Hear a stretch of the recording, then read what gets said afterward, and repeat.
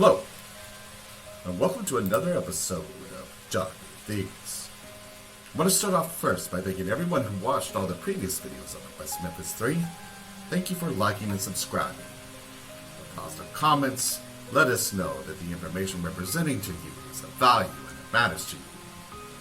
My name again is Duncan, and I'm your host for these episodes.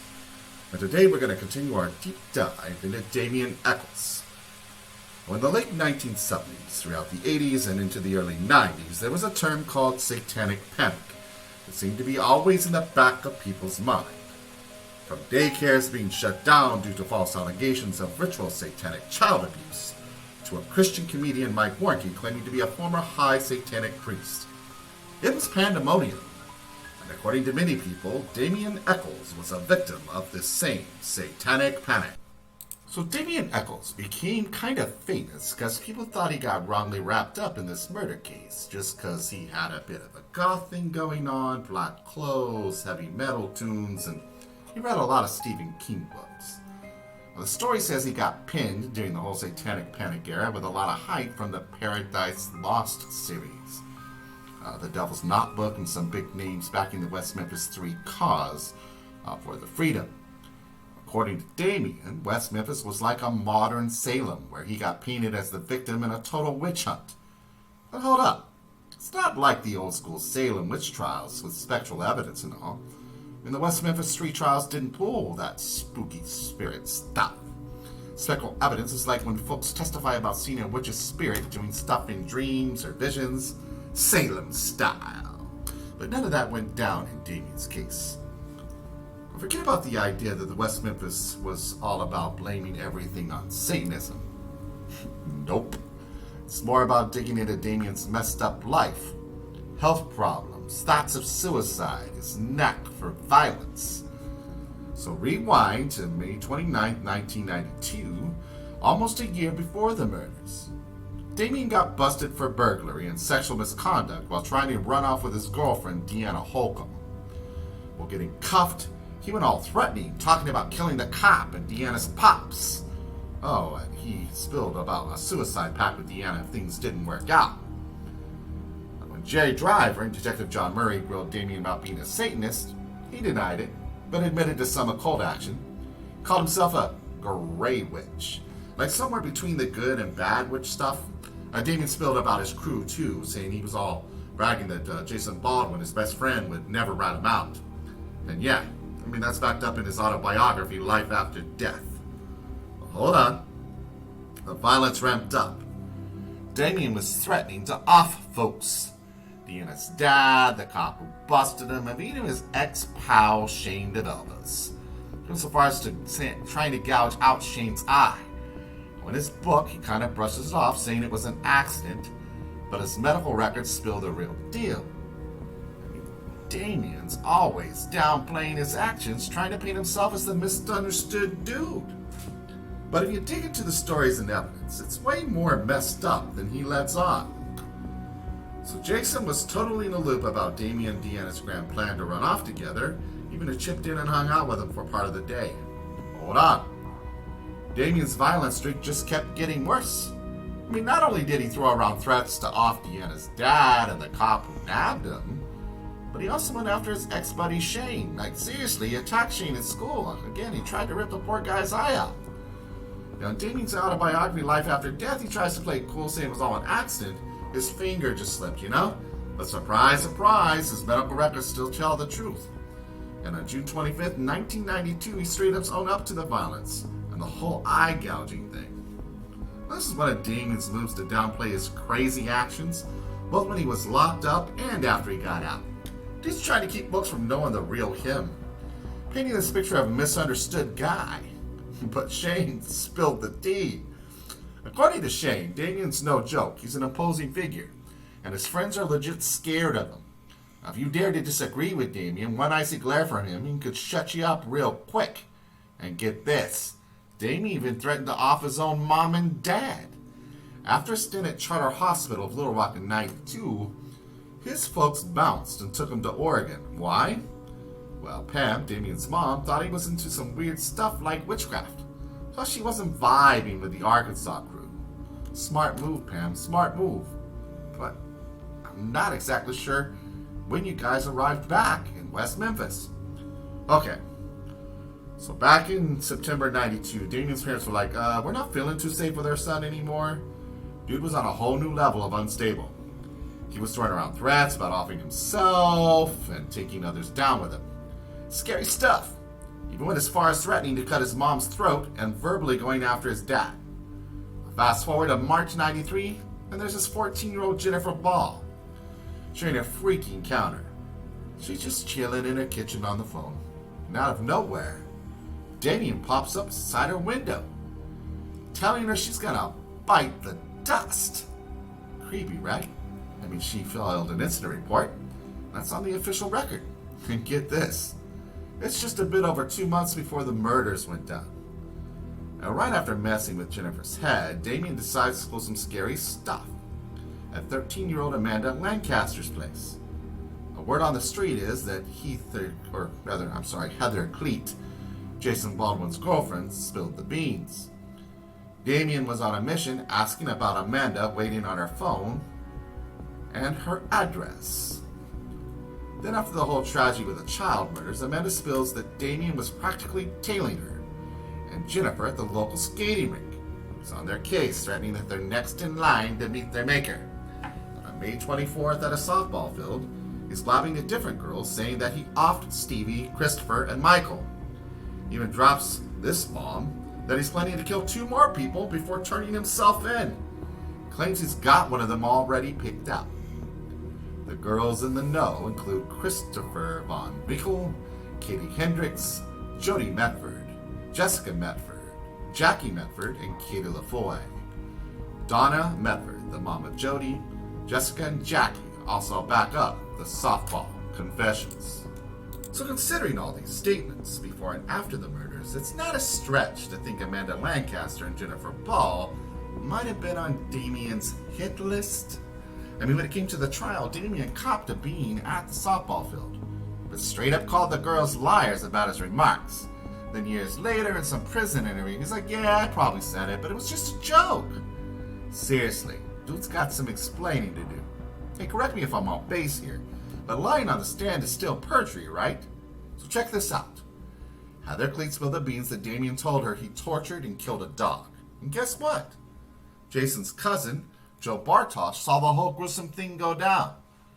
2 different people, both connected to Jason, telling the same messed up story. That's not just hearsay you can brush off. I mean, think about it. Heather was Jason's actual girlfriend, and Joe was his cousin. Why would they make stuff up? Especially if it's not doing Jason any favors at trial, right? Oh, and get this. A dog skull was found at Damien's place on May 19, 1992, right after he bolted with Deanna.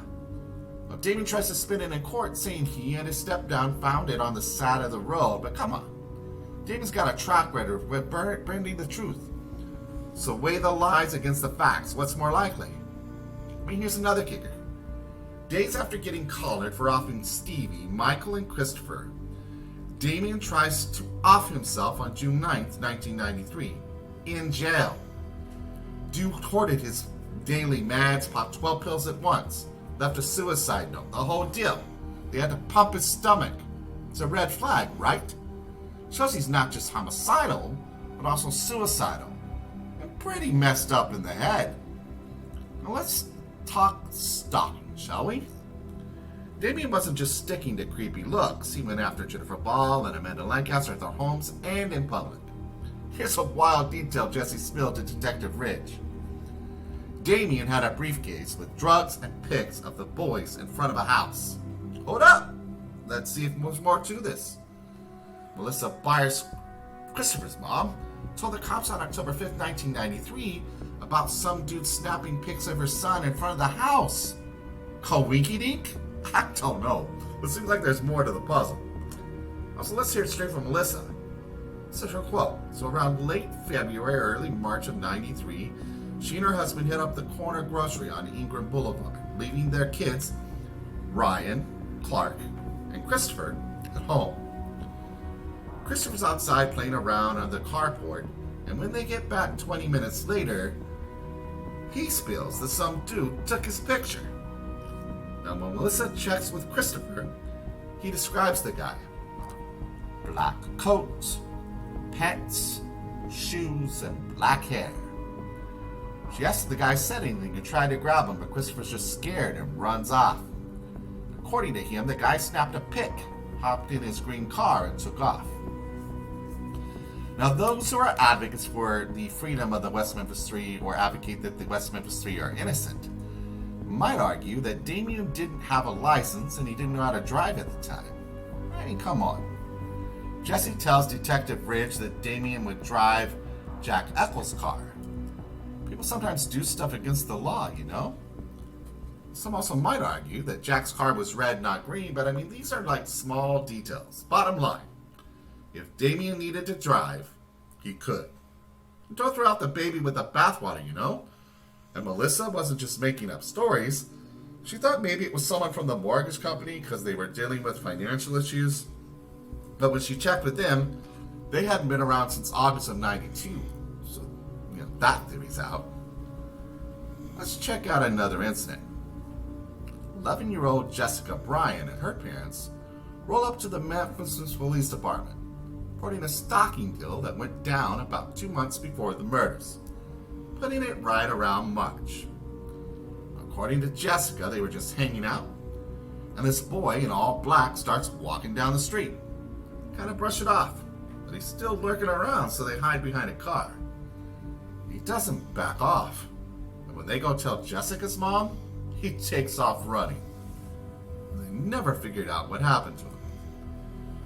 So putting all these stories together, Jesse Miskelly saying Damien had victims' pics in a briefcase, Melissa's son talking about a guy in black snapping pics in '93, Jennifer and Amanda sharing stalking and threats in March of '93, and Jessica saying Damien was watching her in March of '93.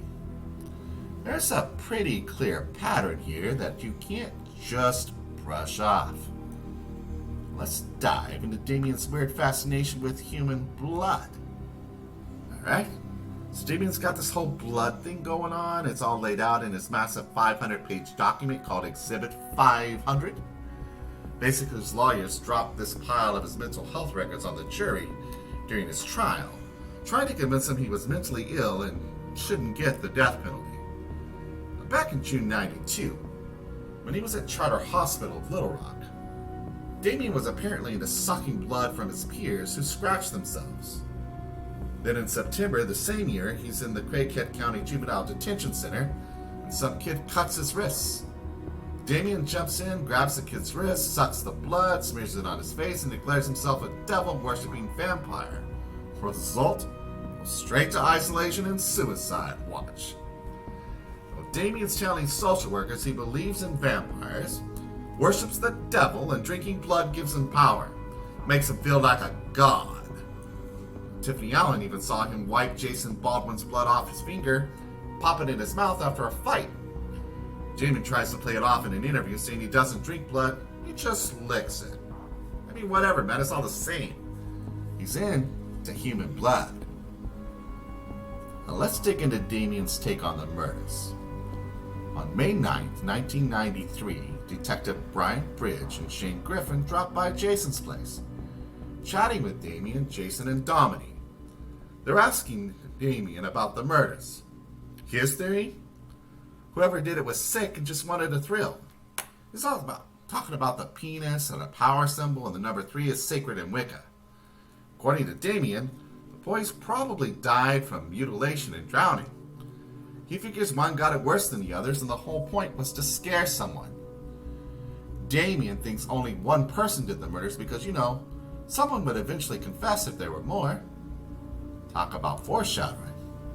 That statement gotta come back to haunt him. When they ask how the killer felt after doing the murders, Damien's like, probably good, because they had the power to take a life. And why kids? Damien's got this messed up belief that the younger the victim, the more the innocent, it gives the killer more power. Thinks the killer knew the kids, went into the woods, maybe even asked them to come in, because, according to Damien, the boys weren't big or smart and would be easily controlled. Oh, and the killer? Damien's convinced they're local and didn't care about getting caught. Thought it was funny. And when asked what the cops should be on the lookout for at the crime scene, Damien says, candles, crystals, and a knife. Just another day in Damien's strange world. Alright, check this out. Here's a piece of info that'll blow your mind. On May 10th, Damien spills to Detective Ridge that the juvenile probation officer Steve Jones spilled some gruesome details to him. According to Damien, Jones said that the testicles were cut off. Someone peed in the boy's mouth and the bodies were dumped in the water to clean them up. Here's the kicker. There's no way Jones could have known that stuff. Not even Chief Inspector Gary Gitchell got the scoop until May 16th when Frank Peretti, the state forensic pathologist, gave him a ring mentioning they found urine in the boys' stomachs. Damien couldn't possibly have known such case-specific details. I mean, come on. How could he? Yet, somehow, Damien's in the loop while Chief Inspector Gitchell and the detectives in the dark. That's just absurd. So Damien's take on the murder lines up eerily with what went down at the crime scene. But here's the kicker. He gets questioned by prosecutor Brent Davis during the trial, and when asked where he heard these gruesome details, Damien claims he read it in the commercial appeal. Problem is, that info was never in the newspaper. Davis calls him out for changing his story to fit the circumstances, and Damien just goes, yep, I do that. That guy's got a serious habit of changing his tune.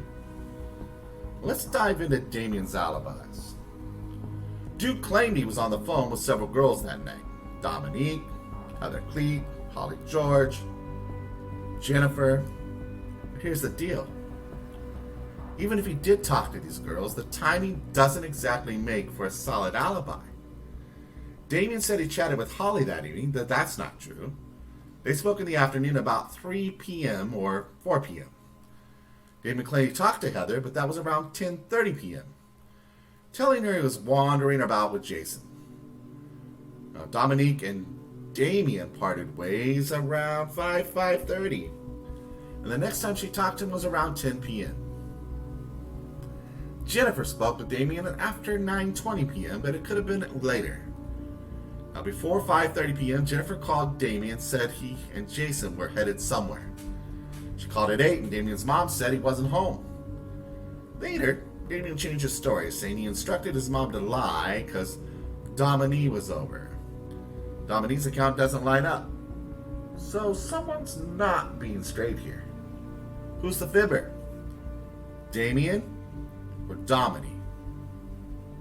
Dominique stuck by Damien throughout the investigation and the trial, so it doesn't seem like she'd gain anything from making things up.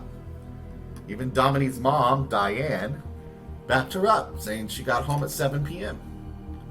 So as far as we know, Damien was with Jason from 5:30 p.m. to after 9:20 p.m., but possibly later, contradicting his claim of being on the phone during the murders. Here's an interesting witness testimony. At 9:45 p.m., the Hollingsworth family, who knew Damien, swears they saw him near the crime scene, all muddy on the night of the murders. They said Dominique was with him. It's worth mentioning the Hollingsworth family might have mixed up Dominique with Jason. They both had long hair, similar builds, and it was dark. But multiple records back up Jason being with Damien, so that part checks out. In addition to Damien's fibs, his mom, Pam Hutchison, said he was with the family during the time frame. According to her, they had supper, went to a friend's house, came back, and Damien stayed put all night, chatting on the phone from 7:30 p.m. to 11 p.m. Pam claimed he even spoke to Jason, but Damien insisted he was with Dominique and ditched Jennifer's call because of it. Dominique doesn't remember, so who's telling the truth? Once again, Damien's story's all over the place, changing to suit his needs. Let's zoom in a bit from Damien's cross-examination by Davis. Davis brings up Damien's mom testifying that she told him he needed some alibis. Damien's like, yeah. Then Davis gets into how Damien, his mom, and maybe his sister started hashing out alibi details on the same day the police spoke to him. Damien's all, yup. Davis asks if Damien told the police he was at Sanders from 3 p.m. to 5 p.m. about 5 days after the boys went missing. Damien's like, yeah, probably. Davis is like, that's later than your mom's 5 p.m. to 6:30 p.m. visit, right? Damien nods. Davis hammers at home, saying as the evening rolls in, the Sanders visit gets pushed back. Damien's like, yep, sir. Davis digs in, saying the story shifts to fit the facts that need covering. Damien straight up says, yes, sir. It's crystal clear. Damien and Pam aren't being straight here, changing up their stories. The 4 girls Damien counted on for his alibi don't line up with the times he's claimed. So who's spinning a tale? The girls or Damien and Pam? Is it sensible to believe the girls are lying? Dominique was Damien's girlfriend and the mother of his kid. Heather was Jason's girlfriend, so why would she lie? And Jennifer was tight with Damien. Holly was friends with Damien and Dominique. Let's break it down. Damien tried to pull a fast one, claiming he wasn't familiar with the Robin Hill spot. But here's the kicker. He actually lived in West Memphis, spilling the beans in court that he resided at the Broadway Trailer Park, a mere 2 miles from the crime scene. And get this, Damien testified he strolled through the neighborhood 2 to 3 times a week. Robin Hill Hills was like the middle ground for Damien's pad and Jason's. And if that ain't enough, here's the jaw dropper. Damien even lived at the Mayfair Apartments as a kid, with a prime view of Robin Hood Hills. He spilled this beans in his book, Almost Home. Now the Hollingsworth family spilled the tea too. 16-year-old Tabitha Hollingsworth spilled to Detective Dabbs that seeing Damien and Jason around Robin Hood Hills wasn't uncommon. She said they were regulars, sauntering around the 10-mile bayou. That's that big body of water under the pipe bridge. They'd hit that river all the time. And how did folks in West Memphis Three advocates miss this? Damien wasn't sly about it. His lies were as obvious as a neon sign. Okay, let's dive into Damien's criminal motives. Was it all about the occult, or did he just fancy a thrill kill? Maybe a bit of both. State prosecutors might have pushed the occult angle too much, but remember, proving motive isn't a must in criminal cases. Courts care about whether the defendant committed the crime than the way they did it. However, Damien may not be off the hook when it comes to an occult twist. Let's chat about child sacrifice and Aleister Crowley and how that ties into Damien Echols. Well, Damien played it cool, saying he wasn't into black witchcraft. It was more of a white or gray witch. But his ex-girlfriend Deanna saw through his act, claiming he was deep into the dark stuff. Deanna dropped a bomb, revealing that Damien planned to off their firstborn if it was a girl. According to her, Damien was too spineless to do it himself, so he tried to rope her into it. And that's when she decided he was off his rocker. And they met at school. She read his poems, felt sorry for him, and realized he was seriously messed up in the head. Dominique, or Dominique, at that time was really like, I've got to get away from this guy. I've got to distance myself. Hold on to your hat. Blister Trout. A Wiccan pal of Damien spilled the beans that Damien had some twisted plans. He supposedly aimed to sacrifice the baby of another girlfriend, Dominique. The only reason he bailed was to cash in on a fatter government check from his Social Security disability. Let's roll out the big guns. Aleister Crowley, one of Damien's major influences. Now this dude was all about magic with a side of sex, drugs, and sacrifice. Crowley had a thing for the occult, digging blood, torture, sexual degradation. I mean, check out these wild statements from Crowley. This is the guy that Damien looked up to in his book Magic in Theory and Practice. And Crowley talks about choosing the best victim for a spiritual working. Guess who tops the list? A male child with perfect innocence and high intelligence. Crowley even says that for most purposes, human sacrifice is the way to go, although it's a bit riskier. Some folks try to smooth it over, saying Crowley was talking about something else, like self-love, if you catch my drift. But here's the twist. Damien didn't argue against it in court when prosecutor Brent Davis brought it up. During the trial, Davis grilled Damien about Crowley, asking if he knew about the guy. Damien tried to act cool and aloof, saying he knew a bit, but not much. Davis threw the bomb that Crowley was into human sacrifice. Damien shot back, saying Crowley believed he was a god. Hold up!